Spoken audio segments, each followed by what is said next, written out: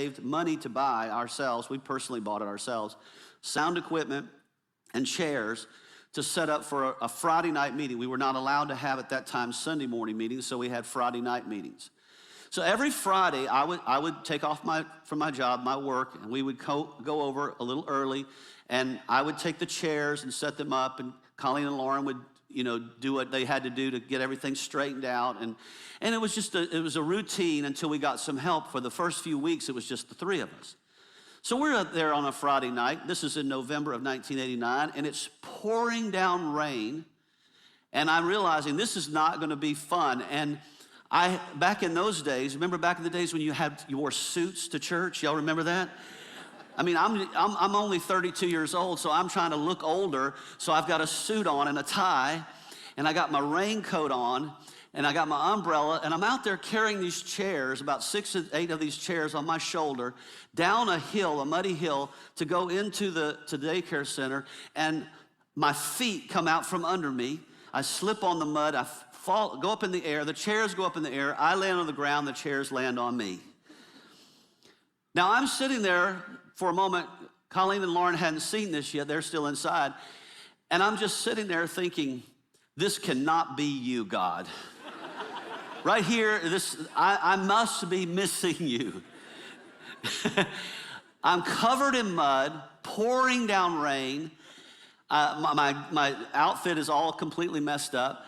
And the chair, now I got to gather the chairs, put them back on my shoulder, go back down the hill, and then go inside. And of course they see me, and they start trying to clean me up and get me ready. So we get ready for the service. We finally get ready. I'm still really not looking very good, but I just had to do the best I could.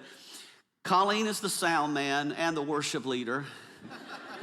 I'm the preacher and the usher. And Lauren is the children's church. That night, 3 people showed up. Something about rain. What is it about rain, folks? All you online people, what is it about rain that makes you stay home? Anyway, and this was before online church, and so 3 people show up after all that, and I go home, and I'll be honest with you, at that point, I was ready to give up. I was ready to give up, but I didn't give up, and a few weeks later, we had a church service, and only 2 people showed up on a Sunday morning. We started a Sunday morning services, only 2 people showed up, and I was the usher, Colleen was the greeter. Colleen worked in the children's church. We only had one child, which was mine, and I preached the sermon. I gave the altar call to the 2 people. They were already saved, but I still give the altar call anyway.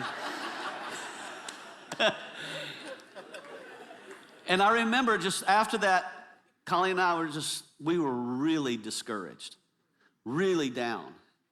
And I remember just praying through that, and praying through that process, I remember the Lord saying, in order for you to fulfill purpose, you're going to have to experience the cross.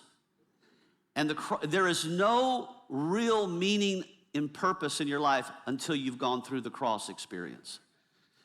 And I'm just telling you, no matter what it is, whether it's a new business, whether it's whatever it is that God creates for you to do, tells you to do, there is going to be a moment in your life where you're going to want to give up. You may be there right now, where you want to give up. You might want to give up on your job. You might want to give up on your future. You might want to give up on your relationship, whatever it is. And at some point, you guys just got to understand that in order to get to where you're going, you have to bear the cross and go forward. You just have to keep moving. When Abraham was called upon by God to take Isaac up onto the mountain and sacrifice him, can you imagine what that must have been like? Can you imagine hearing God say to you, I want you to take your son, your only son, and I want you to sacrifice him on the altar? And yet Abraham was willing to do that. He was willing to do whatever was necessary because the Bible says in Hebrews 11 that Abraham believed that if God was telling him to do that, he would raise him from the dead. That's how sure he was of his God. All right, so you have to be willing to bear the cross. Secondly, purpose is conceived through a holy discontent. Now, here's what I've learned about